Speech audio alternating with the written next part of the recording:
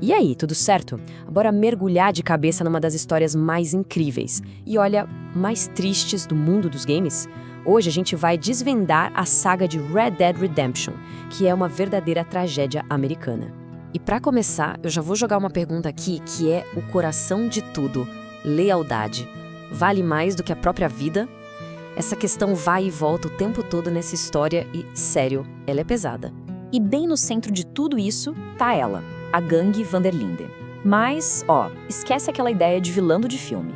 Pensa neles mais como uma família, sabe? Uma família de desajustados, de foras da lei, que tá tentando sobreviver num mundo que tá mudando e que simplesmente não quer mais gente como eles por perto. A nossa jornada aqui vai passar por uns 15 anos de pura tensão, redenção e, claro, tragédia. A gente começa em 1899, vendo o começo do fim da gangue, depois pula para 1907 para uma caçada por vingança, chega em 1911, onde a dívida é finalmente cobrada, e termina em 1914 com uma pergunta que fica na cabeça: será que esse ciclo de violência algum dia termina? Então, bora começar do começo, né? Em 1899, no meio do frio e do desespero, acompanhando a queda da gangue pelos olhos de um dos personagens mais complexos que eu já vi, o grande Arthur Morgan. O líder da gangue, o Dutch Van der Linde, ele vendia um sonho. A ideia era viver livre, sem regra, sem governo. O plano era sempre o mesmo: só mais um grande golpe e a gente vai pro paraíso. Só que a realidade era bem outra. Era a gangue fugindo, morrendo de frio nas montanhas, depois de um assalto em Blackwater que deu muito, mas muito errado. O sonho já estava virando um pesadelo ali mesmo. E para tentar consertar as coisas, o Dutch começou a ter uma série de, digamos, planos geniais. Ele colocou duas famílias ricas para brigar, tentou assaltar o maior banco da cidade em plena luz do dia e até se enfiou numa guerra do exército. O resultado de toda essa genialidade: mortes, traições e a gangue se despedaçando pouco a pouco. Cada plano só afundava eles mais. E é aí, no meio desse caos todo, que o nosso protagonista, o Arthur Morgan, começa a cair na real. Essa frase dele aqui, nossa, resume tudo. Ele finalmente entende que o sonho do Dutch acabou e que eles são, na verdade, fantasmas de uma época que já era. E como se a situação já não estivesse ruim o suficiente, o Arthur recebe uma sentença de morte: tuberculose. Para aquela época, era basicamente o fim da linha. Só que para ele, essa notícia vira uma chave.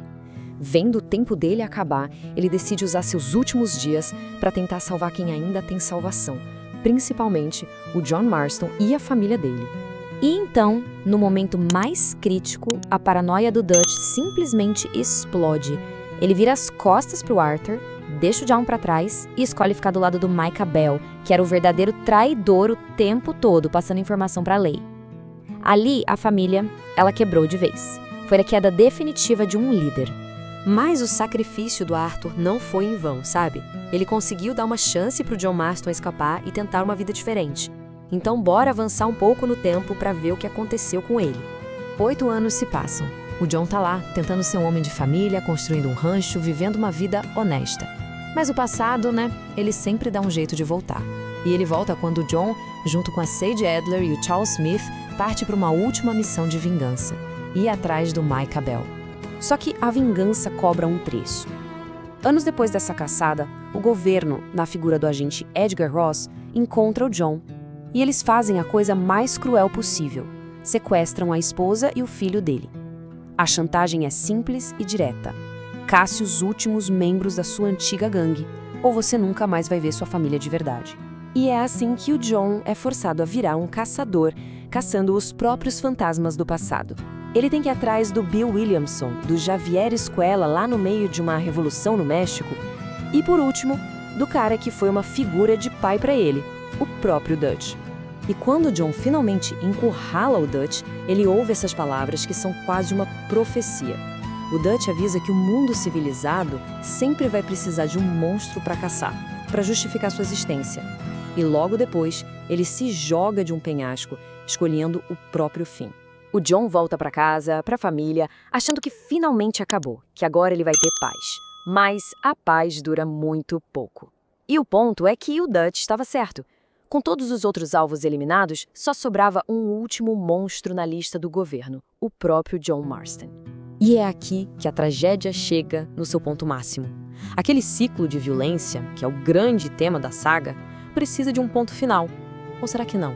O rancho do John é cercado por um verdadeiro exército do governo. Sem ter para onde correr, ele faz exatamente a mesma coisa que o Arthur fez por ele anos antes. Ele se sacrifica. Enfrenta dezenas de homens sozinho só para dar uma chance da sua esposa, a Abigail, e do seu filho Jack conseguirem fugir. O tempo passa de novo. 3 anos depois, a Abigail também morre, deixando Jack, agora com 19 anos, completamente sozinho. Ele enterra a mãe ao lado do pai e toma uma decisão que muda tudo. Ele pega a velha arma do John. O legado de sangue passou para a próxima geração. O Jack consegue. Ele caça e mata o Edgar Ross, o homem que destruiu a vida da sua família. A vingança está completa. Mas a história toda termina com essa pergunta no ar. Ao fazer isso, ele finalmente quebrou o ciclo de violência ou ele só se tornou a próxima peça nesse jogo sem fim? Fica aí pra gente refletir. Ufa, que jornada, hein? Essa é a história trágica, complexa e inesquecível de Red Dead Redemption. É uma daquelas que ficam com a gente por muito, muito tempo. E aí, se você curtiu essa análise completa, já sabe, né? Segue o canal Mais Play e não esquece de ativar o sininho para não perder os próximos conteúdos. Valeu, pessoal, e até a próxima!